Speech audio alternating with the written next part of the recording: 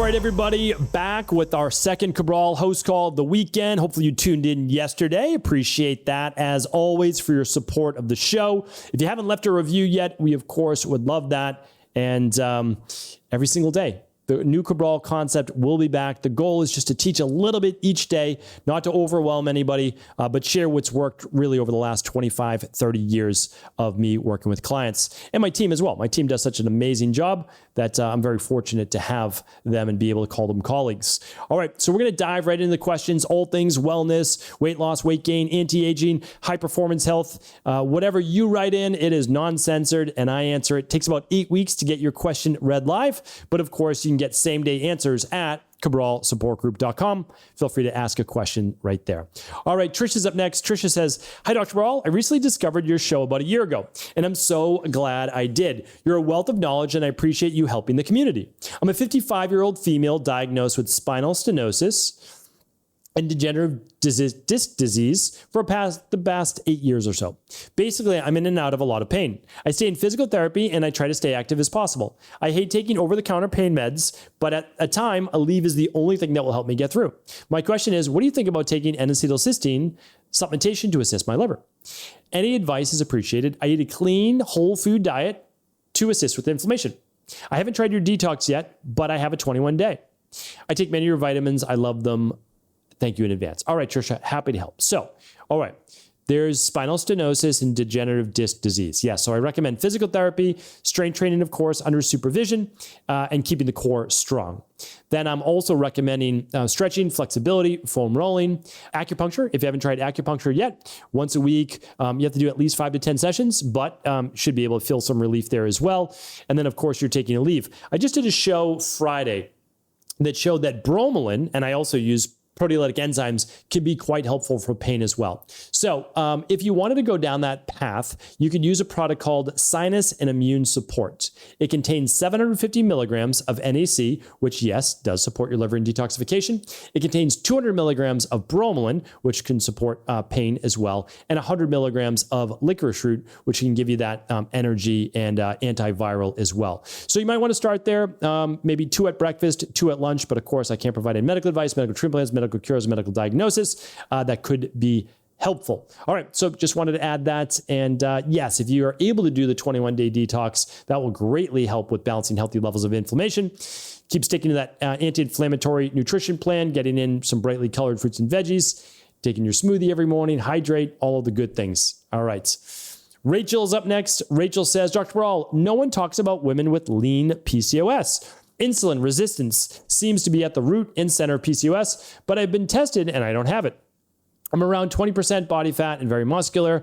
I was on the birth control pill for about 10 years. When I came off, I didn't have a cycle. It was then we found the follicles of my ovaries and I developed cystic acne. Since then, I dialed back my exercise, fed more, and after 22 months, got my cycle back for the last consecutive 6 months. Do you have any insight or advice for someone in a scenario like mine? Will the follicles ever dissipate back to normal? I'm 32 and I'm concerned about fertility for when I hopefully meet my person. What can I do to optimize? If I was your daughter, would you recommend freezing my eggs at this stage, all things considered?" Well, I mean, I don't have an issue with someone freezing their eggs, but let's also work on getting your body as healthy as humanly possible. So like, it doesn't have to be one or the other. All right, but yes, there's no issue. Here's the thing though. Literally, I think I either talked about this yesterday. Did I talk about it today? It's so funny answering questions. No, I talked about it yesterday. So I just got finished basically teaching module 7 of IHP3, which is the most advanced lab test. We have a lab test called the menopause and fertility test. It's an amazing test we use with women in perimenopause or menopause, basically for confirmation of where you're at, and then fertility to figure out what's going on, right? So these can be very powerful. One thing that sometimes shows up is underlying factors for something like PCOS. Although the main test I recommend for you, Rachel, is the stress mood and metabolism test. So it's at stephencabral.com/hormones-test. Number 1 test, of course, if you can run the Big 5, run the Big 5. If not, that single test would be the best one to run. It's part of the Big 5. Okay, so PCOS can be, I mean, I have lots of shows on PCOS. So I've definitely talked about this. So you can look it up at stephencabral.com/podcast, type in PCOS. You'll definitely find a podcast on it. So It can be androgen based. We would have to know your testosterone levels. It can be blood sugar based or insulin based. You're right. That can be one of the issues. It could be higher levels of estrogen dominance based, weak progesterone based. It could be toxicity based. So there's a good half dozen reasons, main reasons, and there's a half a dozen weaker reasons that it could be. But everyone, literally, you're able to, without a doubt, you're able to heal from this. And I wouldn't tell you that again if I hadn't seen it happen in my practice many, many times. So yes, you can heal. You're 32. You're already on the right track. Last consecutive months, you got your cycle back. And that was after 2 years. So you're already on the right track. Good, healthy routines compound upon themselves. If you haven't done the 21-day, again, I can't provide medical advice. I'm sharing that for everybody. No medical advice, no medical treatment plans. Okay. But if you can do the 21-day functional medicine detox, amazing. If you can keep working the whole de-stress protocol. If you haven't read The Rain Barrel Effect, please do. It's free. Go to stephencabral.com/free book. I pay to print the book. You just pay for the shipping. Hopefully that's a fair deal. And if there is any money made, which there only is if you buy it on Amazon, 100% goes to charity. So there's no money made from any of the content. I try to share all of that for free. So hopefully that was helpful, Rachel. Yvonne is up next. Yvonne says, I did a search for a previous podcast, but didn't find anything about reversing swollen finger joint by right index knuckle. Assume this was the first of an arthritic flare, which has subsided, but the swelling went down from what it was, but it won't go away completely. Is there a way to return it to a normal size, or is the damage permanent? Yeah, so I actually have lots of podcasts on this, but it is hard to search sometimes. You have to know maybe what keyword to search for. So yeah, I've got podcasts on trigger finger. I've got podcasts on swollen joints. I've got podcasts on, again, I don't know that this is autoimmune, but potentially autoimmune.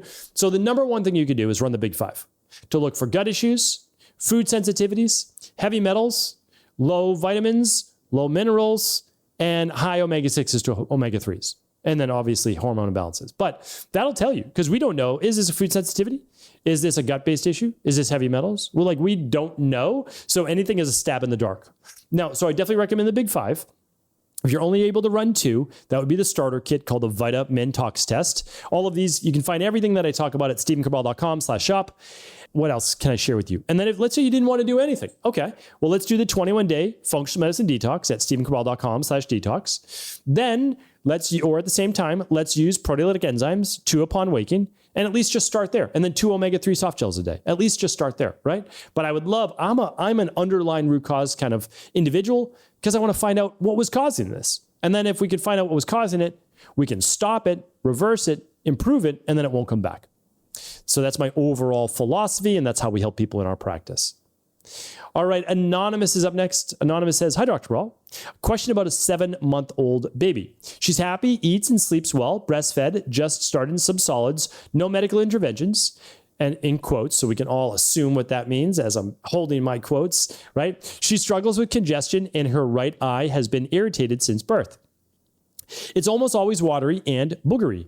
She was born a month early and mom had pretty severe preeclampsia. Baby's oxygen was low at birth, so she was on oxygen for her first 12 hours or so, but quickly recovered on her own.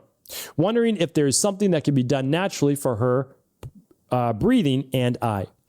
We're not sure what's causing it. Clogged tear duct. Mom and dad eat healthy and live as close to toxin-free as humanly possible. First thoughts are the pets or possible mold, but she doesn't improve when they leave their home for 3 to 4 day trips. Thoughts and thanks. Oh, okay. So, question about 7-month-old baby. So it might be for you, might be for a client. Okay, no problem. Let's go over this. So, first things first. If the mom is able to test her food sensitivities, that is what's best, especially if she's breastfeeding this child at 7 months. If she's not able to food test, she could food test if she wants, just again over at Equalife, the IgG food sensitivity test. If not, we'll eliminate the big ones: gluten, dairy, and eggs for 3 to 4 weeks. At least eliminate those to see if there's a sensitivity, okay? The next one is, again, I can't give advice for anybody about it. I mean, again, this is just over a podcast, right? But what are we doing here? We're just chatting as friends. And I'm sharing what I would do, right? For my own 7-month-old. If the mom was breastfeeding, the mom would put breast milk in the child's eye that's been irritated. And the immunoglobulins can actually help with the healing of that, just like it can help with the baby's skin rash, okay? If she wasn't breastfeeding, I might use a little bit a spray or two of colloidal silver. But of course, the mom would have to feel comfortable with that, but that's what we use for conjunctivitis and a lot of other eye-based irritations. How long? 3 to 5 days. That's it. How many times per day? Twice, maybe 3 times. What else can I offer? Congestion, you just need to find out what's the root cause of that congestion. Food sensitivities is one of the big one. So that if she's only breastfeeding, well, what the mom might be eating. Mold, just as you alluded to. Probably not allergies to a pet, like probably not, but maybe possible. And yeah, that's my big one. And dairy is always the biggest for congestion. All right, so let's start there. Sarah's up next. Sarah writes, hello, 3 exclamation points. Context. I'm 28. I've done the 7-day detox, the hair tissue mineral analysis, the CBO, the heavy metal detox, gut testing, about to do hormone testing. I use your daily nutritional support, daily fruit and vegetable blend, omega-3s, zinc, B-complex, magnesium, digestive enzymes. I dry brush, sauna, weight train, lots of walking, daily breath work. All right. Very good, Sarah. I feel like my stress is at the lowest it's been, and yet I experience debilitating fatigue that can last for a few days and weeks, where even just walking is a struggle. Could this be part of the healing process, as I know it's not linear? Is there anything else I should look at and do? Sometimes when I'm moving around, going on with my day, I'm fine. But when I sit down, a full load of fatigue hits me. I notice when I drink coffee, green tea, I yawn a lot. I all experienced this for a few years. Yes, this is great context. In about 5 lines, you were able to really give me the details I needed. So yes, the number one lab that you're already thinking about doing is the stress hormone metabolism, because it is very possible that you are low cortisol.